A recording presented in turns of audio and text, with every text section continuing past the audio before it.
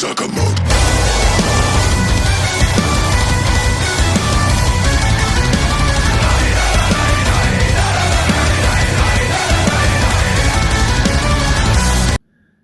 it going, guys? Missing No here, and welcome to the first video of 2024. We ended last year discussing decks from Evo Fury format, and I figured what better way to start off this year than by going over my favorite deck of all time. This is Aqua SaberBolt. This is the deck I played more than probably any other deck during Kaijudo. After Dragon Strike came out, I didn't get access to Andromeda's immediately, so building dragons just is kind of out of the question. So I just kept adopting off of this deck. At some point, this deck ended up running Kendrick's the Psionic and Spellbane Dragon. It got really, really weird. But it worked. But anyway, this deck is pretty aggressive.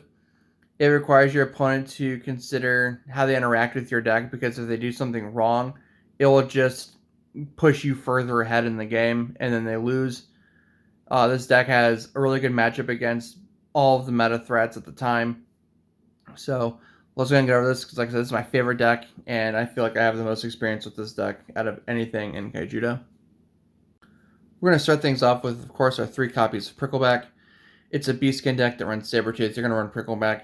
1 for 2,000, breaks your opponent's shield, goes back to your hand, dodges your opponent being able to attack it, still loses the blockers.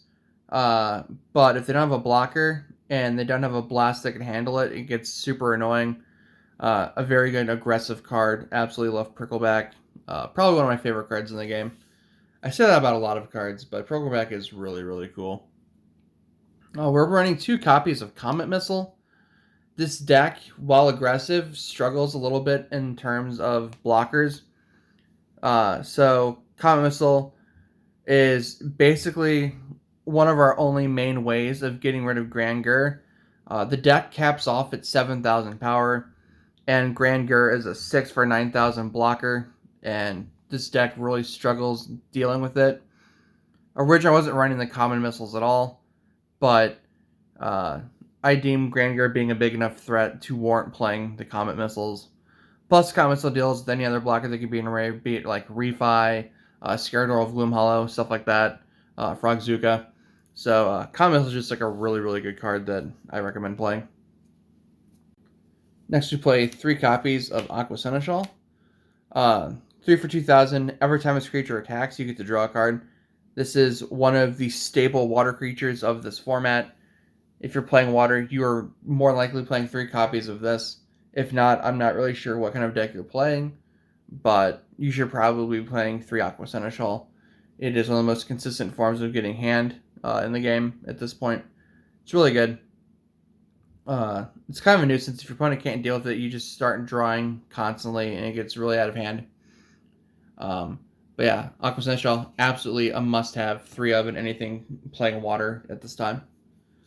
Next, we're also playing 3 copies of Razorhide. This is green Aqua Seneschal.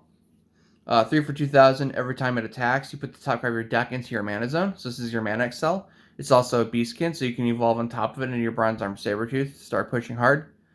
On top of that, it has the same power as Aqua Seneschal, so if you really need to, you can crash into an opposing Aqua Seneschal, still get the mana, and then get rid of their form of getting hand. So that's pretty good. I feel that Razorhide is absolutely one of the staple cards you need in your nature package if you are playing Sabertooth. Continuing with our 3s, we play 3 copies of Logo Scan. Just pay 3, draw 2. It's really good. Don't really need to explain why having hand is a really good thing. And to wrap up our 3s, we're playing 2 copies of Heat Seekers. Originally, this was at 3, but first of all, this is a 3-cost spell that banishes target enemy creature has power 3,000 or less. This doesn't deal with Grand Gur, and Grand Gur is honestly my biggest threat, I think, when looking at this deck. So I needed a way to do it, which is why I put in the Comet Missiles. I'll probably go over that more at the end of the video, because I got a bunch of cards I want to discuss that you could also put in this deck as well.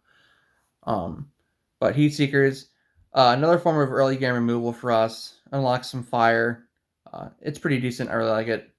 And I would play at least 2. I think two's a good number. Next, we're playing 3 copies of Resolve Aqua Chaser. The other staple water card I feel for this game during this time. 4 for 1,000. When it enters battle zone, bounce anything. Super good. I play this in so many decks. And the fact that I played so many decks made me forget that this card actually did, in fact, come out in Rise, which is really stupid. But deals with opposing threats you can't necessarily get over. Like I said, the deck caps out at 7,000 power. So if they have something bigger that you need to get out of the way, Resolve can just get rid of it. Well, at least for a turn. After that, you have to figure out another way to get around it. Opposing Grand Gers, like I said. Masoka does a lot for this deck, and it's also water to unlock water, so that's pretty nice. We also play 2 copies of Gilliflame the Assaulter. 4 for 5,000, has fast attack, so that's really good. Being able to just drop a guy and turn 4 and start swinging with it is really nice. And that also operates kind of like a Prickleback, because at the end of the turn, this card goes back to your hand. So you don't have to attack with this for it to come back. If you attack into a shield and your opponent hits you with like a Stormshark Blast and he's affected by it, he still goes back to your hand at the end of the turn. So they need to have either a blocker that's big enough to stop it from attacking, or something along the lines of like Return to Soil, Root Trap, Bone Blades, Terror Pit, stuff like that to deal with it. Really annoying card, super aggressive card. I could probably bump this up to 3, which I've been kind of considering. But right now, 2 is pretty decent. We also play 3 copies of Bronze Arm Tribe. 4 for 1,000. When it enters the battle zone, put the top card of your deck into your mana zone. This is another card I kind of consider dropping at least 1 copy of. But at the same time, that also lower some of your acceleration, as well as lower the amount of bodies that can evolve into Sabertooth. And I really don't like that. But yeah, Bronze Arm Tribe is just really good. Like I said, like I'm pretty sure it's considered one of like the staples for the Beastkin package. I really like it. And yeah, just it's a good turn 4. I like to evolve on top of it though, because after it does the mana ramp, that 1,000 power doesn't really do much for you. Okay, so now for one of the main reasons you play this deck. It's in the name. You play 3 copies of Bronze Arm Sabertooth. This is legitimately tied for like my favorite card in the game. I don't know which I love more, this or Cassiopeia Starborn, but Bronze Arm Sabertooth is just super, super cool. I don't know what it is about it that I love so much. But anyway, this is a 4 for 7,000 evolution creature. It has to evolve on top of a Beastkin, double breaker, and if it would be banished, it goes to mana instead. So if you evolve on top of a Bronze Arm Tribe and this dies to like a Bone Blades, because it is only level 4, the Bronze Arm Sabertooth and the Tribe underneath it both go to your mana. The whole point of this deck is to establish a Sabertooth as soon as possible, start going in super aggressively, double breaking shields, and forcing them to have to deal with it. And usually by them dealing with it, it's just going to go to the mana. Because, like I said, if they hit it with like a Bone Blades or a Terror Pit that gets banished, it just goes straight to mana. You're at +2 mana. And then you follow that up by switching into an even more aggressive Ender board with Bolt Tail Dragons, and you can keep dropping more Sabertooths on top of other stuff. And it's really, really good. It's a very advantageous deck. It just keeps building a presence, and then you just put more and more pressure on your opponent. It's really good. I absolutely love this card. I love this deck so much. And what are you doing? God, you're cute. And yeah, so that's Bronze Arm Sabertooth. It's an absolutely amazing card. I love it. There's a reason the deck is named after it. Yeah, it's really good. Next, we're playing 3 copies of Tornado Flame. My friend TCG Tamer absolutely hates this card and doesn't like me playing it in anything. But we need fire, and its removal, and that's pretty good. So 5 cost Shield Blast. Banish enemy target creature that has 5,000 power or less. This deals with things like Hydra Medusa. Again, some smaller things that can also be handled with Heat Seekers. But I feel this is a pretty decent card. It being a Shield Blast really helps out because the deck doesn't play any blockers. So if you're dealing with something else that's kind of aggressive, you're going to have to step up your game with your Shield Blasts and hope that you get lucky. But Eternal Flame, pretty good. This one I'm questioning. I'm currently playing 3 copies of Barrage. I feel this is wrong. I might cut a Barrage maybe for another Gilliflame. But Barrage is a 6 cost Shield Blast that banishes all enemy creatures of power 2,000 or less. And at first I'm like, oh, that's not necessarily great, but no, it's pretty good. It deals with Razor Hides. It deals with Aqua Seneschals. It gets rid of a lot of really good things. But I don't feel I really like 3. I'm probably going to cut this. Again, like I said, maybe for that 3rd Gilliflame. That might be the correct choice. Apply some more pressure in a different way. So, yeah, there's that card. Your biggest form of removal in this deck is absolutely Root Trap. Like I said, it's Nature's Terror Pit. If they have something you really don't want to deal with, just get rid of it that way. Normally, I don't like giving my opponent mana, but if you're dealing with a big enough threat, giving them that mana is absolutely worth it for the sake of winning the game. So, yeah, Root Trap, again, really good card. This next card is maybe a questionable choice. I have only ever seen one other person play this card in this deck, and it was another one of my friends I used to play with back in the day. But I'm opting to play 1 copy of Waterspout Gargoyle. 8 for 5,000. It's a double Rusalka on play. And what I liked to do with it a lot was I would drop him, bounce him back to the hand at whatever issue I'm dealing with. So if I don't win that turn and they decide to drop whatever threat is in my way, I can just keep dropping Waterspout Gargoyle and keep bouncing both things away and just keep swinging. Might not be the most optimal way of playing Waterspout Gargoyle, but it definitely puts in work and gets really annoying for your opponent to have to deal with. Especially because you're bouncing it as soon as you play it. So I have any way of really interacting with it. They can't Terror Pit it or anything. So it's just a constant nuisance that's getting in their way. This also bumps your water count up to 10, which I feel is really nice. We're playing 15 fire, 15 nature, and 10 water. And I really like that ratio. But yeah, Waterspout Gargoyle, not one I feel most people would really consider playing in this deck, but I've always really liked it. I was playing 2 at one point, but I feel 2 is kind of unnecessary. The only reason you really want to play 2 is to maybe see it more often. But I don't know. Make with that what you will.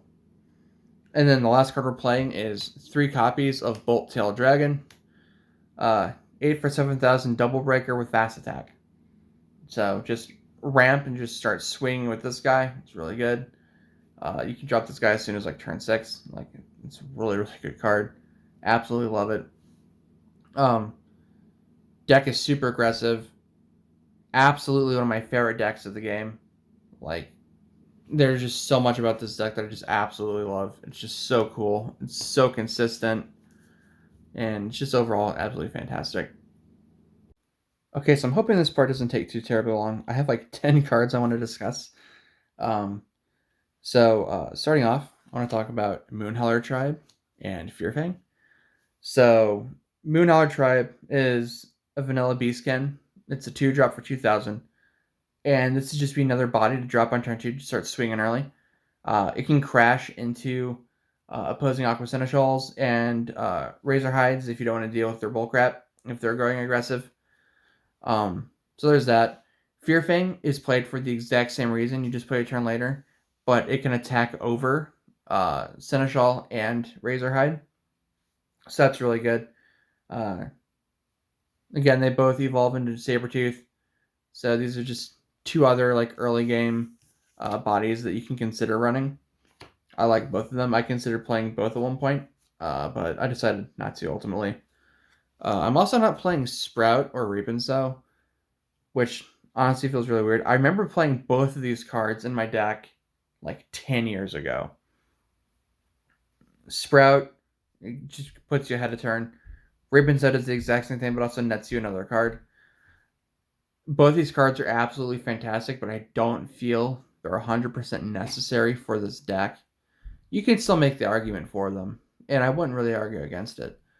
But I personally like how my deck is sitting at the moment, aside from the barrage. And adding one of either of these wouldn't help the deck at all, in my opinion. So, something else to consider. Another card that was really popular at the time that I absolutely hate is Return to Soil. This is Nature's Bone Blades. Uh, target enemy creature level 4 or less, put it into the mana zone. That's fine. Like that. That's a really good spell. But I don't want to give your opponent mana like super early game. And like this can deal with things like Emperor Neuron, for instance. But then with how evolutions work, if like by dealing with an opposing Neuron in this way, they get +2 mana, which if they're playing Neuron, they're more than likely playing Blurple. And by getting that 2 mana, that puts them at 5. They charge a card, that puts them at 6, and then they can just drop Gigabulver Hydra Medusa, and then they have a Terra Pit with 5,000 power that can attack you. So I really don't like Return to Soil. It helps your opponent too much, I feel. Like, yeah, you're playing Root Trap, but that can deal with anything. This helps out your opponent in the early game, and I really don't like that. I may be approaching this card wrong, but I hate it. So I felt that was kind of worth addressing. Okay, so for some fire cards, 2 of these we've already seen. I want to discuss Comet Missile, Heat Seekers, and Rock Bite. Originally, I was playing 3 Heat Seekers, no Comet Missiles. And then I realized that I have no good way of dealing with blockers. So I added at least 2 Comet Missiles into the deck, and I cut the Heat Seekers down to 2 as well. I feel these 2 cards are personal preference. If you really fear the blockers, absolutely play 3 Comet Missiles. I feel 2 and 2 is really good. I kind of wish I was still playing 3 Heat Seekers, but I don't really know how justified that absolutely is. And then Rock Bite is just Heat Seekers in the form of a Shield Blast. But if it's not in your shields, it costs 4. I really struggle with this decision because it's like, yeah, cool, you can get it out for free. But if not, then you're having to pay 1 extra mana to do the exact same thing that this card does. So you have to kind of decide whether or not it's really worth it playing the extra 1 for the chance of getting it for free. That's also something I was really struggling with in the water section, which we'll get to here in a second. But yeah, these are just things you can consider. I think I've always liked Heat Seekers over Rock Bite. I remember playing Rock Bite back in the day, and looking back at it now, I really hate myself for doing that. But Rock Bite isn't necessarily bad. We have to weigh the cons of, is it worth it playing it not from shields.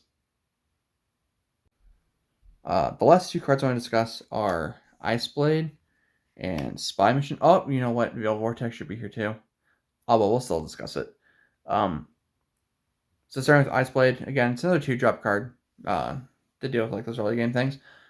But it for 2 costs, Shield Blast, return target creature that's level 4 or less and put it back to the owner's hand. So, I mean, this would get rid of like Scared Orbital of Gloomhollow for a turn, or like stuff like that. I don't know if it's necessarily worth playing. It's just a consideration you could do. Veil Vortex, I feel, would be more justified, as that is just Rusalka as a Shield Blast. So it still cuts the name as Rusalka, you just don't get to keep a body. That's fine. But yeah, Veil Vortex is also something you can definitely consider playing. Your 4-drops are like very bloated. And originally I was playing the 3 Spy Mission. and I had to kind of tackle it in the way I'm addressing Rock Bite. Um, God, you're adorable. But you have to consider whether or not it's worth playing 3 for the logo scan or paying 4 for the exact same effect as logo scan for the chance to maybe get it for free. And ultimately, Modest convinced me to not play the spy missions and play logo scan instead. Uh, that also gives you something else to do on turn 3 if you don't have the Seneschal or the Razor Hides. What I was using to justify playing the 3 spy mission was that this format is very aggressive. So if this is in my shields, cool, I get 2 free cards, and then I can just use that advantage to further push the game. But then again, like if I don't have this in my shields and I draw into this, I'm having to pay more mana to do the exact same thing I could have just done with a different card. And I don't really like that idea. There are some decks where you absolutely want to play Spy Mission. I don't know if this is one of them. I still can make an argument for playing Spy Mission over Logo Scan, I feel. But then I can't really do the same for Rock Bite. I guess maybe because Logo or Spy Mission provides more advantage in the long run. But these are just some things I was considering. Veil Vortex and Spy Mission I feel could potentially have more of a place than most cards I just showed off. Besides maybe Moon Howler or Fear Fang. But yeah. So yeah, that's the deck. This is Aqua SaberBolt. Like I said, it's my favorite deck of the game. It probably always will be. Like, yeah, Kurgar Ramp is really funny, but I don't know, this deck holds a special place in my heart. Also, I have decided Barrage is probably going to come out for a 3rd copy of Gilliflame. I like Barrage, but not enough. I'll see in the future whether or not that's the right decision, but Barrage is coming out for Gilliflame. But yeah, this deck is super fun. This card is like so freaking cool. I love Sabretooth so much. It's nice having a deck that's both aggressive and controlling at the same time. Just lots of destruction. You got bounce, you got ramp, you got big bodies that have to deal with. You have to deal with the body, you have to deal with even more stuff happening. It's just overall an absolutely fantastic deck. Super, super cool. In terms of Eva Fury decks, I will be doing Blurple. Someone asked if I'll be doing Blurple. I absolutely will be doing Blurple. How could you not do Blurple? And then I also threw this together the other night. This is a mono dark hyper aggro Chimera deck. It's really funny. I really like it. I can't wait to show this one off whenever I have time to do that. I really want to do Mono Fire Dracon because that's like the most budget, scary deck from Evo. And I'm missing so many cards from it, and I don't understand why. So that's something that will be coming later. In terms of non-Evo Fury decks, Louie and I are still discussing Spicy Kurgar on and off. So there's that. And then my daughter recently built a deck. We had a discussion over about Aquans because no one focused on them. Everyone just focused on Cyberlords. And she wanted to do something with Aquans to make them seem somewhat good. And it's mostly a for fun deck, but the way she built it was like really, really solid. I presented it to the dojo, and Modest had thrown out the idea of like 2 other cards we could be playing instead. And since adding them, it's definitely helped out a lot. It's really good. So it's a Beastkin Aquaman deck that involves like dropping cards and then you not being able to block our attacks, either with the in terms of the commando card that Aquans evolve into. It's like 5 for 7,000 double breaker that can't be blocked. But then there's a card that's like every time you draw a card, target a creature, and that creature can't be blocked. And there's just like a whole bunch of different stuff because we also implemented a small corrupted package because there's a corrupted Beastkin and a corrupted Aquan. So just add the Seneschal and provide some protection. You get draws every time you do that. It's really cool. I really like it. But anyway, that's the video. I don't know how long this one is. But I really like this deck. Again, like I've said like a million times in the video, it's my favorite deck of the game. And it probably never will not be my favorite. So I'll see you guys at some point. I hope you guys had a great new year. Welcome to 2024. And hopefully we can do even more stuff in the future.